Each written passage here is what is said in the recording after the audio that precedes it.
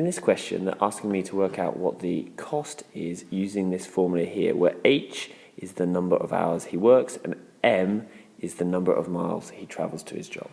So let's write out that formula again. So C is equal to 26.5 H plus 1.5 M. And now, as with any formula, once I put the formula down, I sub in the numbers. So this becomes 26.5 times he works 7 hours, okay, and he travels 32 miles. Now we use BODMAS, and that means that we do the multiplying first.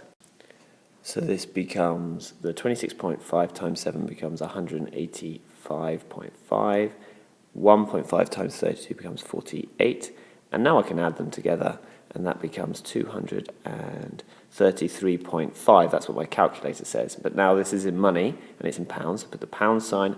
Money is always to no decimal places or to 2 decimal places. So our answer here is £233.50.